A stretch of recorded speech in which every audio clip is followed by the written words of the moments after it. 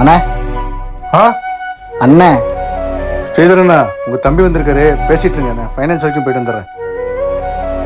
ஏய் வாடா, உட்கார வரேன்டா. சரிண்ணே.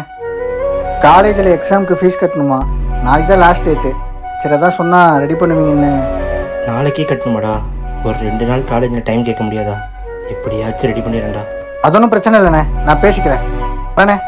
சந்தோஷ், காலேஜில் ஒரு 2 நாள் டைம் கேட்க சொன்னதுனால அண்ணன் மேலே எதுவும் வருத்தம் இல்லையே?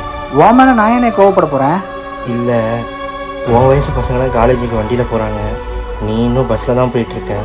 அவங்களாம் புது புது ட்ரெஸ் எல்லாம் போட்டு போகிறாங்க, ஆனால் நீ பழைய ட்ரெஸ்ஸையே துவச்சி போட்டு போகிற. இந்த மாதிரி சின்ன சின்ன ஆசையை கூட என்னால் நிறைவேற்ற முடியும்னு நினைக்கும் போது ரொம்ப கஷ்டமாக இருக்குடா. அவன் அண்ணனாக இருந்தால் எதுவுமே செய்யாமல் இருக்கான். ஆனால் நீ அண்ணன் மட்டும் இல்லாமல் அப்பா மக்களுமே சேர்த்து செய்கிறீல்ல, இதை விட வேறு என்னென்ன சந்தோஷம் இருக்க போகுது?